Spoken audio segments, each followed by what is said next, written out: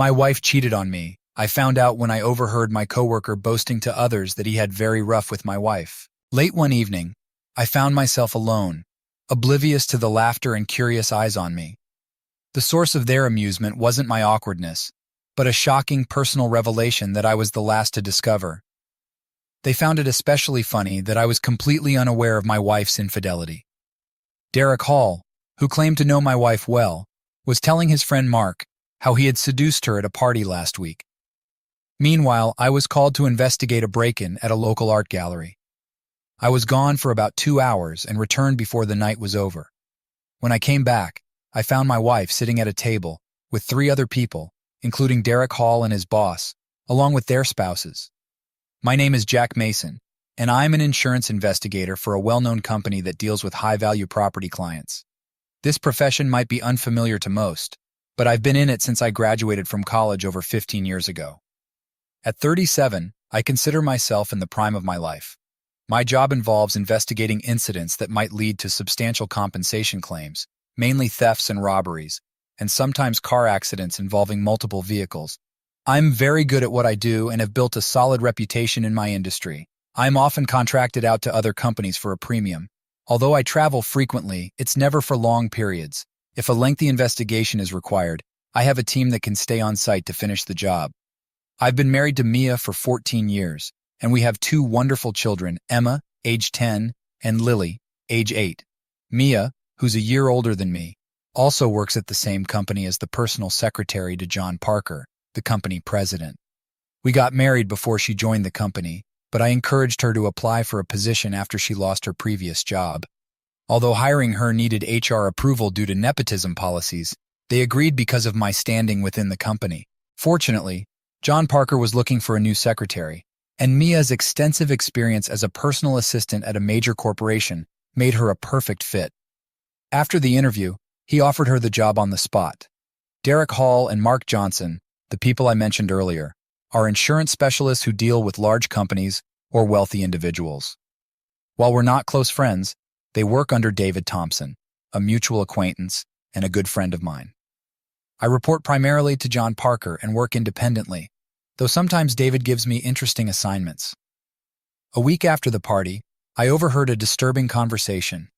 I had stepped into the restroom to take a break when Derek and Mark walked in, seemingly ignoring the closed stall door, and started talking about the party. Derek began bragging to Mark about his recent conquest, making me feel a growing discomfort in my gut, something far worse than food poisoning. Mark asked Derek how he managed to seduce her, surprised because he never saw her as that type of woman. Derek said they danced a bit, and she seemed friendly.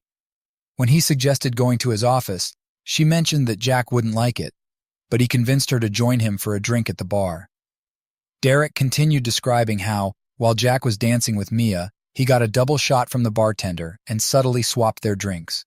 His aim was to help Mia relax so he could make advances on the dance floor.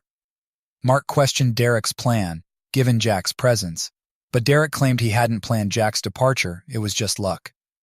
During the dance, Jack told Mia he needed to step out briefly. Though Mia suggested he take her home first, Jack insisted she stay and have fun, promising a quick return. Mia wasn't thrilled but agreed, staying behind with Derek, David, and his wife. Later, Derek got Mia another drink, secretly asking Max to make it a double again without her noticing. As they danced, Mia became more intoxicated, clinging to Derek as he made his moves. She giggled and pressed against him several times. Derek thought a few more drinks would seal the deal, so he got her another, which she quickly drank. Unbeknownst to her, it was another double, and she started feeling very woozy. Derek suggested they get some fresh air, and Mia agreed. They ended up in the back seat of his car. She was almost unconscious, and he slid his hand under her skirt. She didn't resist, and even begged for more. He complied, and she seemed to enjoy it. Derek found the experience unbelievable. He couldn't believe Mia would behave this way, considering she never seemed like someone who would cheat or be attracted to him. He assured his friend that it all happened, mentioning a date with Mia the following Saturday, when she usually went to the salon. They planned to meet and book a hotel room for the day. Mark, envious, acknowledged Mia's attractiveness and wondered what Jack did to deserve her. He even hinted at meeting Mia after Derek was done with her. Derek gave a non-committal maybe and stressed the need for secrecy to avoid any issues. They left the restroom, leaving me grappling with what I had just heard. Could this really be happening? I started recalling that night. It was almost 11 p.m. when I returned to the party, finding Mia seated with Derek, Julie, and David Thompson. Mia didn't seem drunk when I joined them. She was chatting with Julie about the kids. Derek exchanged a few words with me but left shortly after. I noticed Mia whispering something to him, but I didn't think much of it. The only odd thing about that night was when we got home, Mia wanted to make love. While not entirely out of the ordinary, it struck me as odd given the circumstances. She typically wasn't in the mood this late at night, but she was particularly passionate that evening, almost like she was driven by guilt or regret. About a week passed after the party, and I noticed no change in Mia's demeanor. She never mentioned my early departure from the party or what happened in my absence. When I asked, she claimed she danced with Derek and David, but mostly observed. She said she and Julie talked about school and the kids' activities, and that was it. She even suggested she would have preferred to come home when I left, implying I needed to keep a closer eye on her. Do you have any plans for this Saturday? I was thinking of playing golf if that's all right, I asked, watching her closely for her reaction. This Saturday, right after lunch? I'll be at the salon. It'll take me an hour, maybe an hour and a half. Where are you heading? She replied, seemingly casual. To the golf course, I answered, feeling a knot in my stomach. How did Derek know about her plans if she hadn't told him? I hadn't known about it either. It all felt uncomfortably real. I'm thinking the country club. Maybe I'll see if Mark Johnson wants to join. He and David are usually up for a game, I continued, probing for more clues. Don't you think Mark and David are idiots? She replied, her tone dismissive. I'm not sure.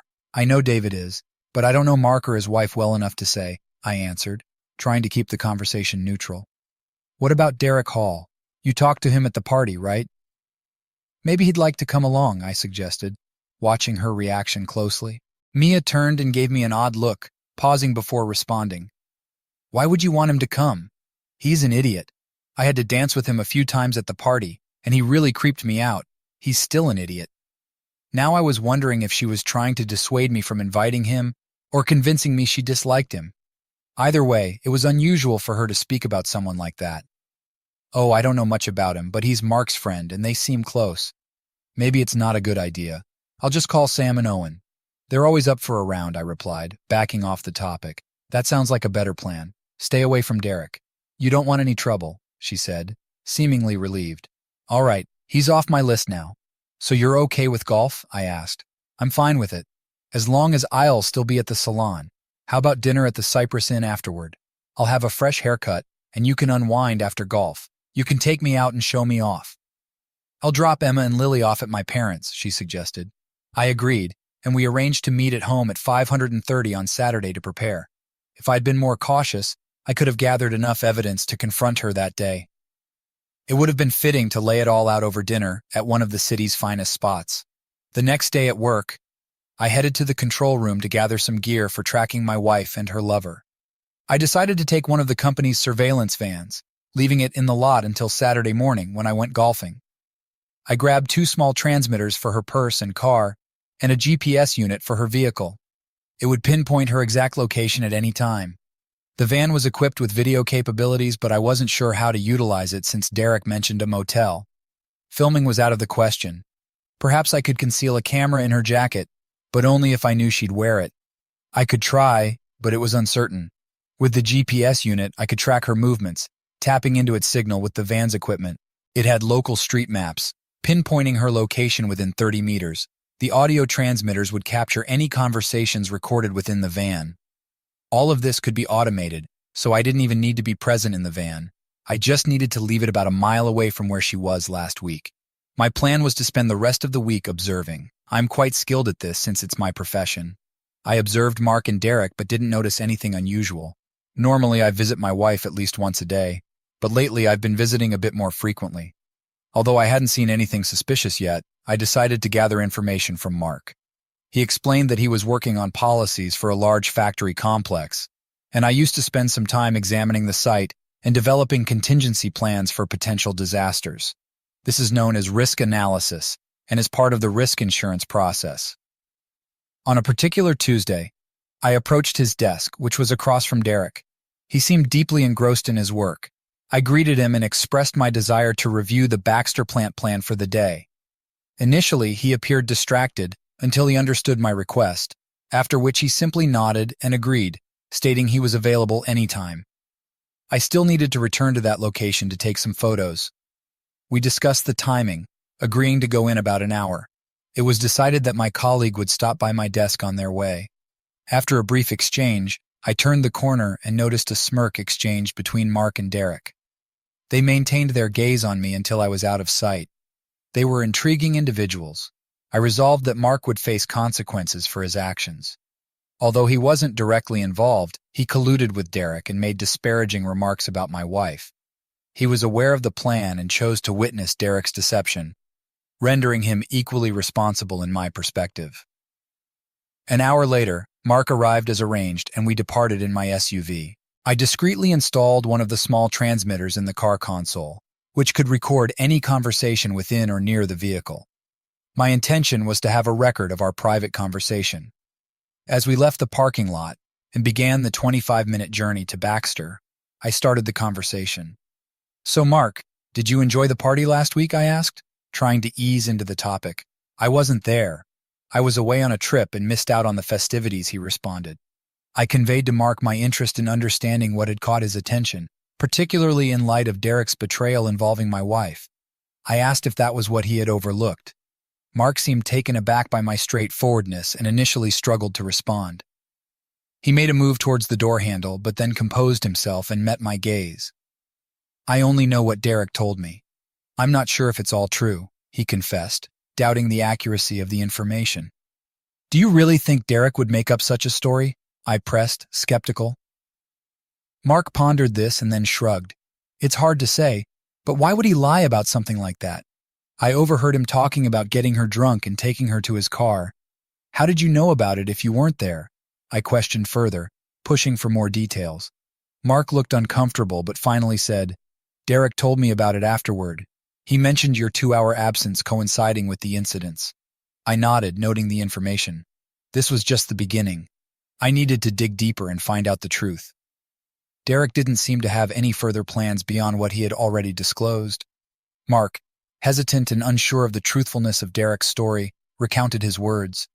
I sarcastically commented on Mark's loyalty and thanked him for his so-called friendship, hinting that he should have told me regardless of his intentions.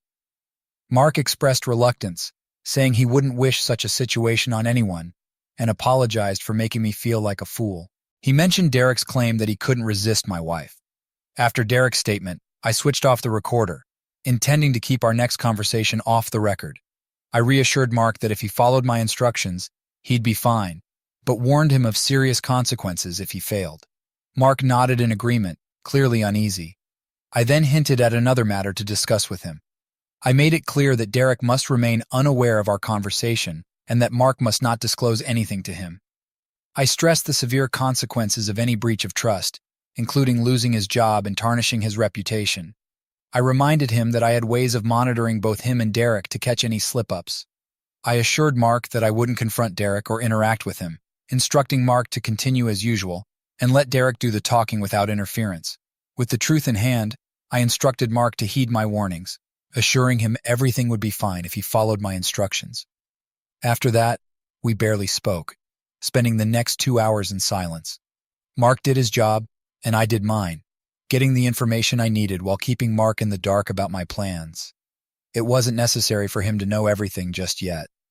The week dragged on with me keeping a close watch on Mia. Although she didn't show any suspicious behavior, I remained vigilant. Wednesday evening came, and the kids went to their dance class, which ended around 9:30. I sat in the living room watching TV when Mia joined me, settling onto my lap. She wrapped her arms around my neck, pressing her cheek against mine. "We've got about 2 hours before I need to pick up the kids. How about we make love?" she suggested, her voice a mix of seduction and urgency. Despite my anger and frustration over the situation, I was still human. Against my better judgment, I felt myself getting aroused. I held her tightly, kissing her passionately. "Take me upstairs to our bedroom right now. I want you, and I want it now," she whispered urgently. Without another word, I followed her upstairs, admiring her figure. We undressed and then engaged in intense, passionate lovemaking. Afterwards, we lay in each other's arms, basking in the afterglow. For a moment, I pushed aside my doubts and fears that everything would come crashing down. I wanted to believe it was all a lie, but reality had a way of creeping back in. That was amazing, darling. We need to do this more often, don't you think? We've been out of sync lately. Let's not let that happen again, she said, her voice soft and content. Agreed. I'll make sure of it. How much time do we have? Do we have time for a quick shower, I asked, trying to keep the mood light. I have to pick up the kids after 9, but we can delay it if you want. Now, or should we wait until our date on Saturday night? I could ask the kids to stay at their grandma's for the night, she suggested. How about this? I'm all yours for the evening. Anything else planned for Saturday, I inquired. Okay, you've got golf, and I've got a hair appointment. Then we have our dinner date, and afterward, I'm all yours. Whenever you want, however you want, and I expect plenty of that from you. Any better offers now, she teased. None at all, I replied, smiling. Okay, then we're set, she said, quickly dressing and heading out to fetch the children. I lay there for a while, reflecting on what had just happened. How could she be so affectionate and intimate with me if she was involved with someone like Derek Hall? I knew she was clever, but was she also a skilled actress? Something didn't add up, and I was determined to find out the truth. On Saturday, while she was out, I checked the transmitters and confirmed they were working. My plan was to install them in her car on Friday night and in her purse. I had everything ready except for one last meeting with Mark Johnson. I needed to know which hotel Derek had reserved. Mark would get that information for me, or I'd have to resort to more drastic measures. The following morning, I called Mark and arranged to meet him in the third-floor cafeteria. He agreed without hesitation. When he arrived, I was already seated at a table. He joined me silently and I got straight to the point. Mark, I need you to find out from Derek where he's planning to take Mia on Saturday. I need the motel's name and location. Catch him alone and ask him. Tell him you suspect he's deceiving you and that you'll trust him if he tells you the truth, I instructed, my tone leaving no room for argument. Mark hesitated, the fear of my reprisal evident in his eyes. Eventually, he agreed, but asked how I'd verify if he was telling the truth. I assured him not to worry, I had my ways. As he left, I discreetly placed one of the transmitters under his jacket collar. He was so nervous, he didn't notice a thing. Back in my office, I activated the receiver and heard Mark return to his desk and start talking to Derek. Mark invited Derek to meet him in the copy room in 10 minutes, to which Derek agreed. Mark then questioned Derek about potential marital issues. Derek defensively claimed everything was fine and mentioned seeing me the day before, seemingly doing well. Unsatisfied, Mark pressed him about his plans with my wife for Saturday, specifically mentioning a motel. Derek, insistent on his truthfulness, offered proof if needed.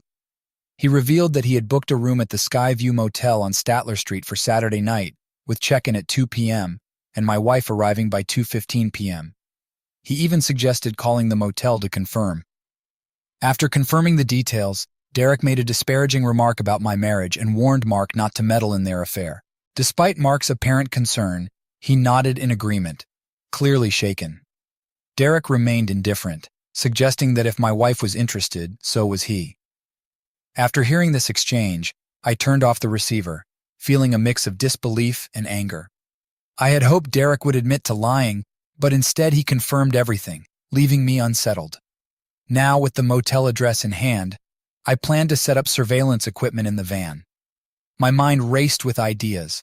I could park the van there on Friday night, activate the gear on Saturday at noon, and keep my distance to avoid witnessing my wife's betrayal firsthand. The only thing I could do now was gather concrete evidence to confront Mia, Derek, and Mark. My first move was to call the motel. They confirmed Derek's booking, at least that part was true. With that confirmation, I had to bide my time until Friday evening. Then, an idea struck me. What if I captured them entering the motel room on camera? I decided to visit the motel that day and scout the area. Inside the Skyview Motel office, I waited for the clerk, a shady-looking character, which suited my purposes perfectly. Honesty wasn't what I needed right now. Hello, friend. I'm an investigator for an insurance company, and I need some information. Here's my ID and a warrant, I said, flashing my badge and presenting a convincing, albeit fake, document. The slip of cash I handed him didn't hurt either. "Sure, what do you need?" he replied, his eyes lighting up at the sight of the money. "I need to confirm Derek Hall's reservation and get a room number," I said. He checked his records and shook his head. "No room assigned yet." "How about you assign a room on the first floor overlooking Statler Street?" I suggested, slipping him another 50. After a moment's hesitation, he nodded and gave me a room number that was perfect for my needs. I informed him about the van he'd be parking on his property, to which he shrugged indifferently. I thanked him again and slipped him another 50 for his discretion. His sly grin as he pocketed the cash told me he'd keep quiet. As I left, it dawned on me that I could capture the footage I needed by positioning the camera through the front window of the van parked directly outside their room. My plan was set. Friday at work was challenging, my mind was elsewhere. To distract myself, I headed to John Parker's office using the excuse of discussing a recent art gallery robbery. Although the details weren't urgent, my real motive was to catch a glimpse of Mia. As I walked through the hallway, her face brightened upon seeing me, and she waved me over to her table. "I've been seeing more of you lately. Not complaining, but what's changed? Anything I should know about?" she asked, a playful smile on her face. "Nothing much, just enjoying being around you more," I replied. "Is John in?" "He is. Want me to introduce you?" she offered. "Yes, if possible. I need to discuss some matters regarding the art gallery," I explained. Entering John's office, I engaged in conversation. Despite his youth, John had earned a strong reputation. He had spearheaded various ventures, including the site I worked on, and held a substantial stake in the company. His wife, Sarah, whom he'd met on several occasions, epitomized the trophy wife, blonde, slender, and stunningly attractive. She and Mia were of similar ages and often chatted, while John and I had developed a close rapport. During our discussion, I directly asked John about Derek Hall. As part of my duties, I regularly provided feedback on other employees' performance, though this inquiry was personal. "Why the interest in Derek?" "Is there something I should know?" John asked, curious. "I need to ensure any potential issues with my team are addressed promptly," I replied. "Well, I do have some concerns about Derek. I'm not particularly fond of him or Mark. I might have more to share this weekend if things go as anticipated. How about we touch base at my place on Sunday? If not, we'll reconvene on Monday," John suggested. "Let's wait and see. Please keep this between us," I requested. "Agreed. I trust your judgment. You've always been fair in your evaluations. By the way, I'd like you to reconsider the vice president position I proposed. I haven't discussed it with Mia yet, but she deserves to know. If you don't inform her soon, I will," John stated firmly. "I'm waiting for the right moment. This entails significant changes for us, so I needed time to deliberate." "I'll give you an update next week," I replied. "Sounds good. Think it over. Weigh your options." "We'll talk soon," John said as we concluded our conversation. Leaving John's office, I exchanged a few words with Mia before heading toward Mark. Pausing at his desk, I made a loud comment about Baxter's performance, ensuring Derek overheard. I then subtly signaled to Mark that I knew about his conversation with Derek, which surprised him. Though neither of us spoke further, I patted him on the back and discreetly removed the small transmitter, leaving him unaware. Wrapping up the day without interruptions, I waited for Mia before heading home. I planned to tell her I needed to drop off the van and would be a bit delayed. She kissed me goodbye and left. I noticed Derek standing by the door watching her leave. He glanced at me briefly before returning to his seat. Afterwards, I parked the van and ensured the camera was correctly positioned to capture the room the clerk had assigned. I secured it and reminded the motel owner to let it stay there overnight, perhaps until the next day, slipping him an extra 20. I thanked him for his cooperation. He pocketed the money and shook my hand, sealing our deal. Returning home, Friday night brought an unexpected twist.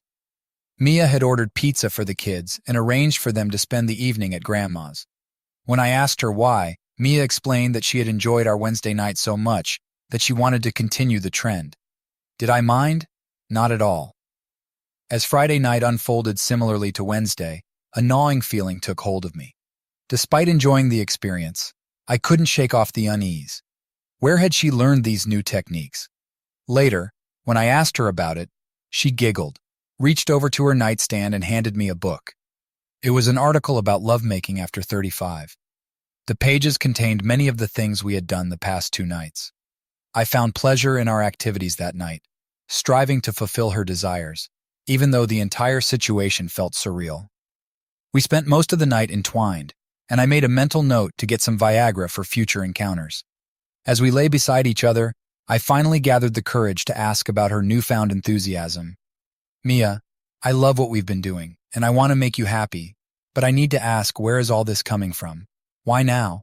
If I didn't trust you so much, I might think there's a guilty conscience at play. Sorry, Jack. Sarah shared something with me last week that I can't repeat. It got me thinking about our life together, and it made me so happy. Sometimes I just need to express that joy. I wanted to show you how much you mean to me, she said, her eyes shining with sincerity. I listened, a mix of emotions swirling inside me. If this was true, how could she be having an affair? Should I confront her now? I'm glad you feel that way. Are you sure I make you happy enough? Are you satisfied with our closeness? Or do you feel something is missing? Please be honest, I urged. I adore our closeness, and you've always made me feel complete. I don't want more. I just don't want our passion to fade into routine. Can't you see? Don't you want me to always feel desired by you? She asked earnestly. You'll never have to worry about that. I love you and always will. I can't imagine anything jeopardizing what we have, I reassured her. That's good to hear because I won't let anything come between us, she replied, snuggling closer. We spent the rest of the night wrapped in each other's arms, waking up the same way.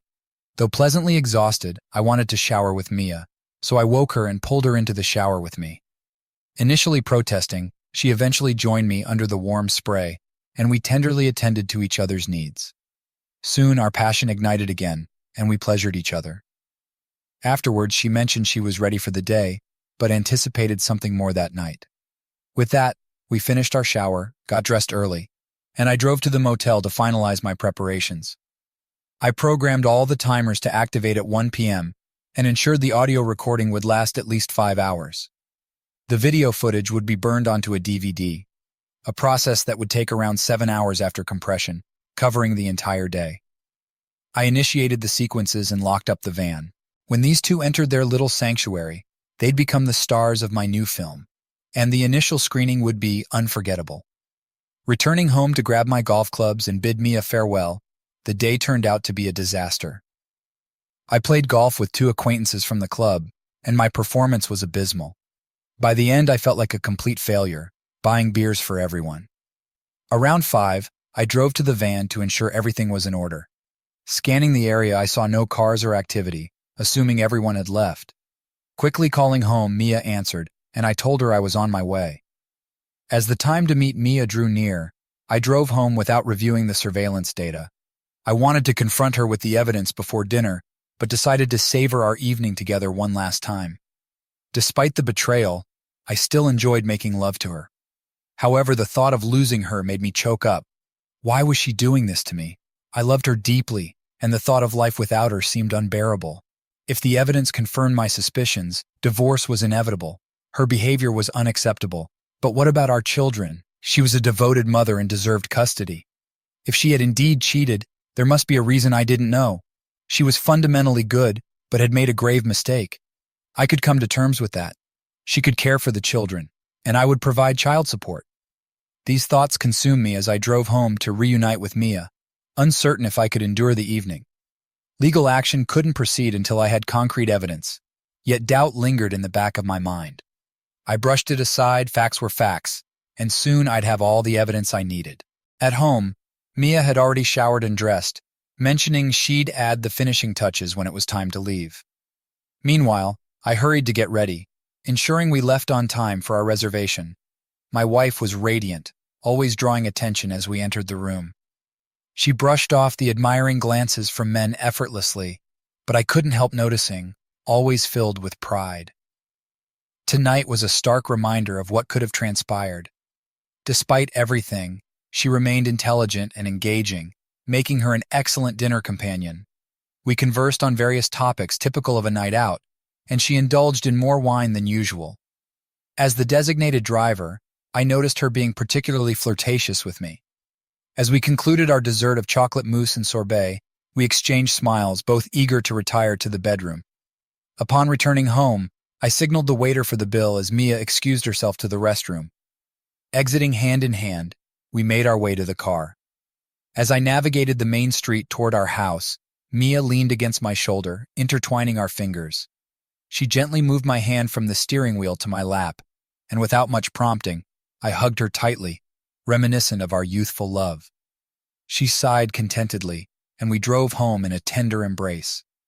Once home, Mia busied herself with household tasks, her energy seemingly endless. Finally, she turned to me, a mischievous glint in her eyes. "Shouldn't we head upstairs and pick up where we left off this morning? You owe me, remember?" she teased. "Absolutely.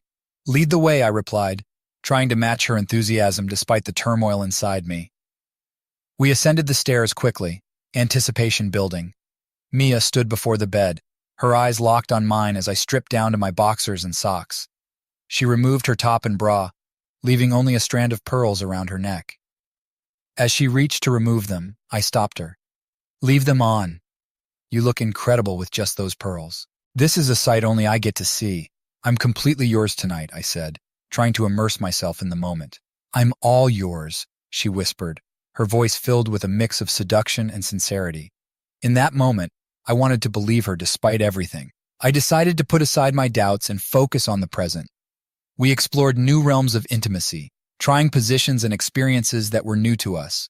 She laughed and referenced page numbers from her book whenever I inquired about her fantasies. It was a night of discovery and connection, one that felt almost surreal in its intensity. We fell asleep entwined, waking late on Sunday morning, reluctant to part. She agreed to one more encore of our favorite moments from the night before. Afterwards, she had to pick up the girls, and I mentioned needing to check on the van. She suggested staying at her mom's for a while, giving me the perfect opportunity to retrieve the tapes from the van and review their contents. Once she left, I drove to the van, retrieved all the recordings, and returned the van to the production facility. I called a taxi to pick me up and take me back to my car, then headed home. The first thing I did was examine the GPS printout. It confirmed her car's location at the motel on Statler Street. My heart sank. The confirmation of my worst fears hit me hard. I felt compelled to view the video firsthand. I switched on the TV and DVD player, inserting the DVD and preparing myself for the inevitable heartbreak. The image was crystal clear, the room perfectly centered on the screen. I fast-forwarded until I saw a car approaching, then slowed to normal speed. Derek Hall emerged from the car, opened the room's door, and disappeared inside. Rewinding, another car appeared, and I saw a woman knocking on the door and being greeted by Derek's smile as she entered the room. When she turned, revealing her face, my heart raced and my pulse skyrocketed. Pausing the video, I watched it from start to finish before removing it. "Well, I'll be damned," I muttered. I needed to contact John Parker immediately. There was one address I had to verify, so I retrieved my wife's address book from my desk drawer. As expected, the address I sought was there, confirming my suspicions. A determined smile crept onto my face. With all the necessary information in hand, I dialed John's home number, urging him to meet me immediately. He initially insisted I come to his house, but I persuaded him to meet me alone elsewhere. Eventually, we agreed to rendezvous at the TGIF restaurant near the office. An hour later, we met there. Mia and the girls had plans for dinner at her mom's, giving me the time I needed. At TGIF, I briefed John before revealing the DVD. I brought along a portable player with a 9-inch screen and headphones for privacy. As he watched, his anger simmered beneath the surface. Initially skeptical, he vehemently denied the possibility of Mia's involvement. However, as I played the recording of Mark's encounter with Derek and laid out the entire narrative implicating both Mark and Derek, John's complexion turned crimson with rage. Despite his personal regard for Mia, he gradually accepted the truth. I advised him to watch the DVD before passing further judgment. As John viewed the footage, his expression shifted from disbelief to pain.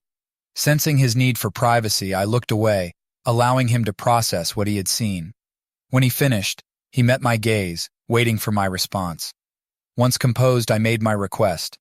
I want them both terminated for breaching the moral clause in their contracts effective by Monday afternoon. With the evidence I've provided, you have the authority to act as you see fit. I won't mention this again, I stated firmly. John's surprise gave way to a resolute nod. You have my word. This will be handled first thing Monday, and he'll personally escort them off the premises. They're dead to me. There may be further action I'll take, but it's best you don't know the details. Understood? Agreed, I replied.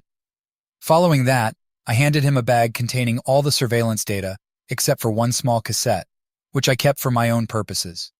It was necessary for my plans regarding my wife. John and I continued our discussion for another hour or so, making additional decisions to address later in the week. We parted ways with a handshake, and before I left, John addressed me once more. Jack, you've handled this with a level of integrity and composure that's admirable. I appreciate your efforts and respect your actions. Things could have escalated if you hadn't been so level-headed. You have my gratitude and respect, he said. I felt a sense of relief as I headed home to my family, who remained unaware of the impending changes. That evening at home went smoothly, and my spirits were high. Mia was curious about what had transpired, but I told her she'd learn more at work the next day. Exhausted from the previous nights, we retired early for a peaceful night's sleep. Mia wanted to be embraced, and I gladly obliged. We fell asleep in each other's arms, just like the previous night. Monday morning arrived, bustling with activity at work. At 9:30, Mia called me, her voice tinged with urgency. You won't believe what's happening. John has summoned Mark Johnson and Derek Hall to his office. They're in there now, and tensions are high. Feigning cluelessness, I asked, What's going on? John is furious. He's called security, she whispered before hanging up, promising to update me later. 20 minutes passed and Mia called again. John had security escort Mark and Derek out of the building. They're fired. He wants me to draft their termination letters citing a breach of the morals clause, she said, her voice a mix of exhilaration and disbelief. This is the most unusual event I've ever witnessed as John's secretary. We need to talk over lunch. We met for lunch, and Mia recounted the morning's events in detail. She described how security had marched Mark and Derek out, warning them never to return. She mentioned John's agitation, even recounting a moment when he snapped at her before quickly apologizing. Eventually, she turned to me, seeking insight. How would I know about this? I said, feigning ignorance. John told me to ask you. When I pressed him, he just said, Ask Jack. He knows everything and opened my eyes to a lot. So spill it, she insisted. Before I say anything, listen to this tape. I handed her a cassette of Mark and Derek's conversation about the motel. She listened, her expression turning pale as she reached the end. Removing her headphones, she exclaimed indignantly, This is absurd. It's a lie. I never went to any motel with him and never would. You can't trust this recording. Did you show this to John? Does he believe this nonsense too? No, he doesn't believe Derek, and neither do I said, calming her slightly. But I have something to explain, and I need you to listen without interrupting. Mia nodded, still visibly shaken. I overheard Mark and Derek talking about a week ago. Derek boasted to Mark about an encounter with you at a party, claiming he got you intoxicated and took you to his car. He provided explicit details, and Mark seemed convinced. In fact, Mark was so impressed, he wanted in on the next rendezvous, I explained. I needed to know the truth, so I instructed Mark to confront Derek, who admitted to booking a motel room on Statler Street for Saturday afternoon during your hair appointment. That raised alarms. How did he know about your appointment unless you told him? I never told him, she protested. I was at the salon, like I said. My salon is on Statler Street, but I had no idea about any motel rendezvous. You don't believe me? I do believe you, Mia, I reassured her, but I had to verify everything. I used a company surveillance van to monitor your car and record anyone entering the motel room. I viewed the footage on Sunday. A woman did visit Derek, but it wasn't you. Who was it? She asked, bewildered. It was Sarah, John's wife, I revealed. I suspected something was off after talking to David Thompson. He said you and his wife only drank soft drinks at the party and stayed together the whole night, even asking her to stay by your side to deter Derek. I realized Derek was diverting attention from his true companion. Mia's eyes widened in shock. So did you really doubt me? Did you set up surveillance to spy on me? I had to be sure, Mia. Derek's lies created doubt, but I never doubted your integrity. I needed to uncover the truth, and unfortunately, it implicated John's wife. He was devastated when I told him. We talked further, I said. Reluctantly returning to work, Mia accepted my explanation, though she was hurt by the surveillance. I felt no regret for uncovering the truth. Our relationship was now stable, and I was determined to keep it that way. The rest of the day was a blur of normalcy, until Mia informed me that John wanted to speak with her that evening. She seemed to believe my feigned ignorance. During dinner, amidst the usual chaos with the girls, Mia found a moment to share her conversation with John. He talked about the importance of trust, respect, and love in a marriage, and the devastation of losing it all. Then he confided in me about Sarah's actions and asked for my advice. "What did you tell him?" I asked, intrigued. I encouraged him to reflect on his love for Sarah and consider forgiveness if possible. I urged him to have a candid conversation with her, but cautioned against prolonging the decision if reconciliation seemed unlikely. He seemed receptive, she explained. "Did he mention anything about me?" I inquired. "No, nothing specific." "Why?" she asked, sensing more. "Well, yes. John extended an offer for me to become vice president of investigations. It involves overseeing all investigators globally and offers substantial financial rewards and benefits, including shares. We could choose to live in California or Florida, though I'd still report to John," I revealed. Mia's excitement was palpable. She leaped into my arms, overwhelmed with joy. "When did this happen? Is this in recognition of your actions today?" "Actually, he proposed this 6 months ago. I wasn't ready to consider it until now. The thought of losing everything made the decision more tangible. Last week, I feared I might lose you, and it prompted me to reevaluate," I explained. "Jack, you could never lose me like that. I won't stray ever. It's out of the question. Do you understand?" she affirmed, holding me tightly. We held each other, the weight of the past week lifting. Our future seemed clearer now, and I felt a renewed sense of purpose. Exhausted from the emotional roller coaster, we retired early, falling into a deep, peaceful sleep, ready to face whatever came next together.